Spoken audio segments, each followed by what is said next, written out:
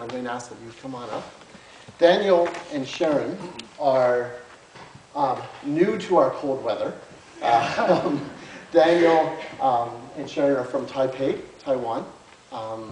They are starting up the new Chinese Alliance Church in town, and last week I had the privilege of being at the launch of that service, or of that church, in the over at McDermott Drive. And I thought, well, thank you, first of all, for coming and being here today, because I really wanted, as I've listened to them and as we sat eating raw fish the other day, and some food. I know it's called sushi. It doesn't sound as dramatic when you say sushi. Raw fish, it was wonderful. And I was listening to their hearts and just why they would move from 3/4 of the way around the world to here in the middle of the wintertime, and that joy for Christ that they have. So today they're going to be sharing with us, and kind of how we're going to do it is I'm just going to ask them some questions. I'll be honest, they're very predetermined questions because they told me what to ask them. But we're going to start with Sharon. And I should explain, by the way, Sharon, you were a teacher in Taiwan. Yes. And by the amount of degrees you have, Daniel, I'm thinking you were kind of a career student. But you were serving as a pastor over in Taiwan as well. Yes. And you were telling me just before, I knew you had multiple degrees, but you have your divinity, your master's in divinity, you have your theology degree, and your chemical engineering bachelor's degree.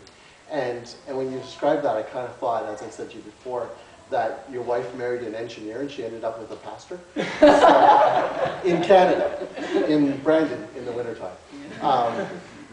So maybe, Sharon, you can tell us, and we should say, by the way, you're up on here. This is Taiwan. You said this looks like a yam. Yes, a yam, a small one, yes. So how did you come, tell us your story. How did you get here? How did you come to Brandon? Well, I heard about the, I think the city or town? City. Okay. Look, Brandon is about 13 months ago, and at that time I looked the city on website, but not many information actually. Yeah, and except the website of Brandon University. So I can find information there, but well, I heard that it's cold, very cold. So you should be very strong to be here. Well, and I was afraid, I don't want to leave my family, my friends, my students, and my comfort zone. So it's very tough because we spend a lot of time of waiting, because at that time Daniel made his mind to go to Canada to ministry here and to have his PhD. Well, he's planning to have his theology. It's a tough word. Theology. Yeah, in Toronto University. Yes, and we spend a lot of time on that, and it's tough for me because first of all, I have to leave my own country. I mean, it's comfortable there, yeah. And it's long time waiting, and I'm not sure. I think they put up a fish out of water. All right, yeah. It's what I feel, Yeah, my family are all in the water, and I'm not good at jumping, but I have to jump. You know what? Yeah, and to somewhere which I don't know what will be turned out, and yeah, just jump.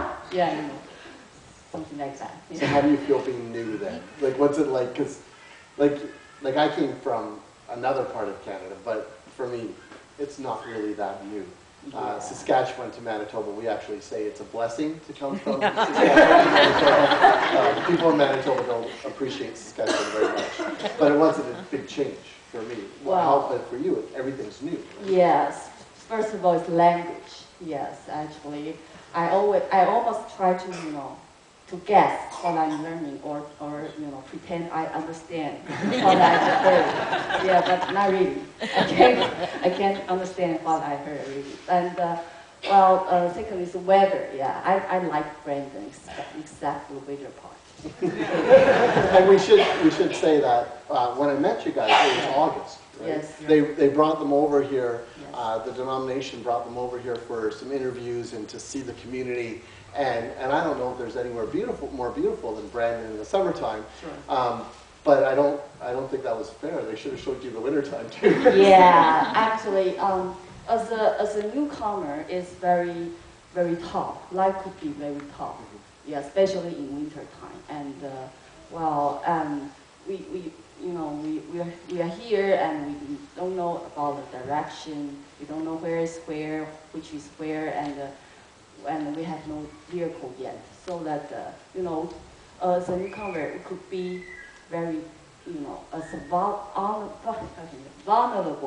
as a baby. Vulnerable. Yes, without any help, we are very vulnerable. So, but we are blessed because first of all, they say that it's a shorter winter, right, compared to last year, and thank God. That's a lie. Well, let's make us comfort. Okay. Yeah. So we'll just nod and say yes. It's very short. All right. Middle of Okay. January, it's already starting to get warmer. Yeah. Well, I like to be live. Yeah. And we got a host family which support us a lot, and we have many people from here to help us to move, and we got many resources from church. And we know that not many Chinese people are as lucky as we are, and we were invited to a Chinese couple's house, and for supper there.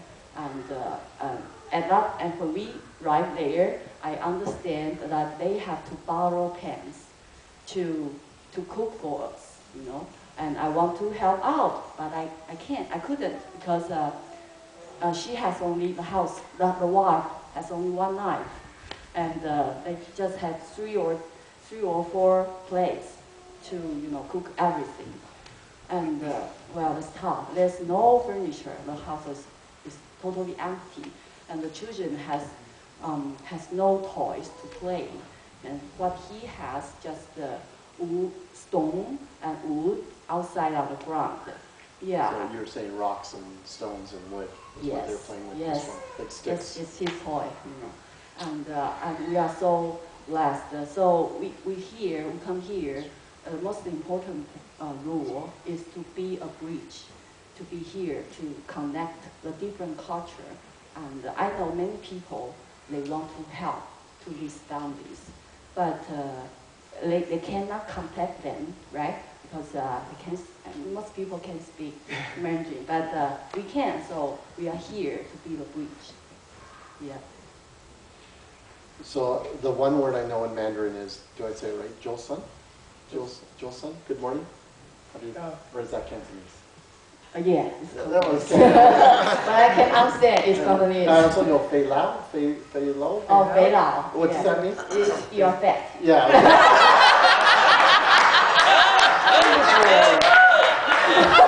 Okay. I worked as a kid with many Chinese Oh, and they used to say that a lot. I don't